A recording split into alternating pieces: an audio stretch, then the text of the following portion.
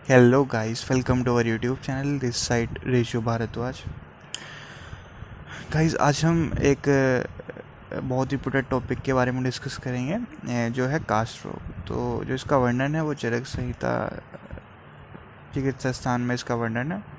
तो हम कास्ट चिकित्सा को या कास्ट रोग को स्टार्ट करते हैं। तो हम इसमें इसका परिचय, परिभाषा, भेद, निदान पंचक, जिसमें हम निदान, पूर्व रूप, संप्राप्ति और उसके बाद हम चिकित्सा पढ़ेंगे।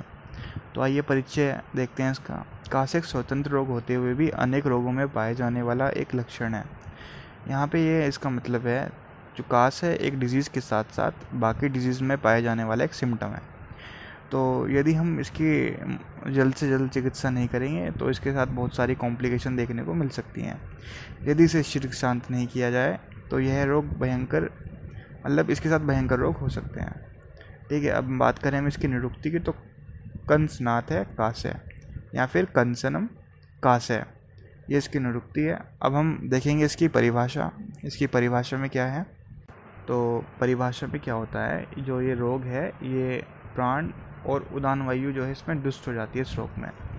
तो प्राण वायु का प्रकोप इसमें पहले होता है, जो प्राण वायु है वो बाद में उदान वायु को दुष्ट करके कास रोग उत्पन्न करती है।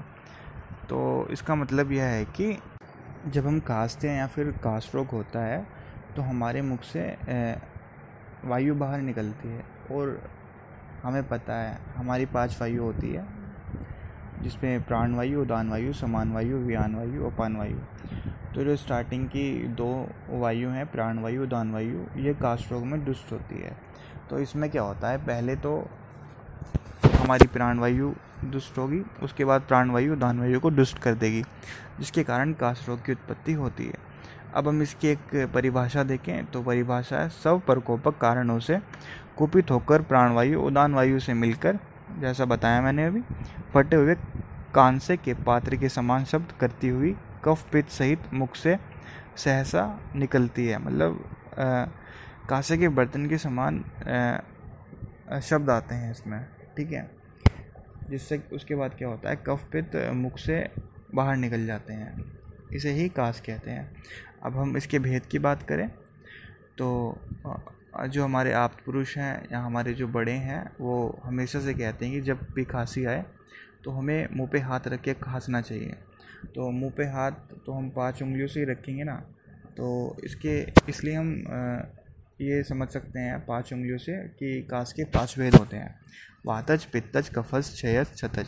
जहाँ वातज, पित्तज, कफज साध्य होता है, क्षयज, शतज याप्य होता है।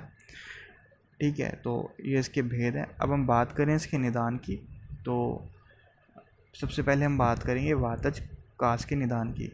तो जो वातज कास का निदान है वो अतिरिक्त आहार विहार के सेवन से, ठीक है, मलमूत्र आदि वेगों को रोकने से। तो हमें जब हम रुक्ष आहार विहार का सेवन करते हैं, ठीक है, ज़्यादा मैथुन करते हैं, ज़्यादा व्यायाम करते हैं, तो हमें वातज कास होने के चांसेस रहते हैं। अब हम बात करेंगे पित्तज कास की। पित्तज कास क्या होता है, इसमें अम्ल, लवण, कटुरस पदार्थों के सेवन से या फिर अति उष्ण, ज़्यादा गर्मी से, धूप ताप के सेवन से ये पित्तज कास की उत्पत्ति होती है। कफज कास की उत्पत्ति भारी, स्निग्ध, मधुर पदार्थों के सेवन से होती है।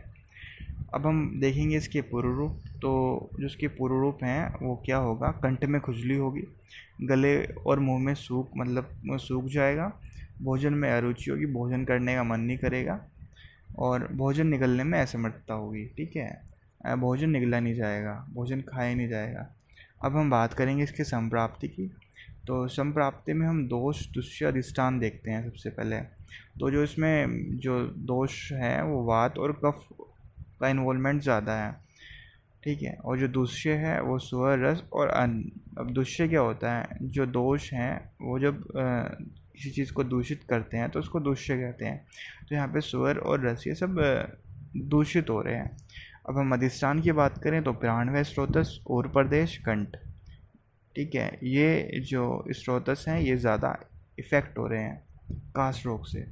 अब देखिए इसकी संप्राप्ति क्या है। हमने निदानों को सेवन किया जो हमने ऊपर पढ़े थे अभी, उससे क्या होगा, वायु दुष्ट हो जाएगी। वो प्राण वायु क्या करेगी, आपकी दान वायु को भी दुष्ट कर देगी, जिसकी वजह से प्राणवय स्रोतस में वेगवत गमन होगा। जिसके कारण क्या होगा, फटे हुए कांच के पात्र के समान शब्द सुनाई देंगे और कांच रोग उत्पन्न होगा। ठीक है, अब हम बात करेंगे इसकी चिकित्सा की।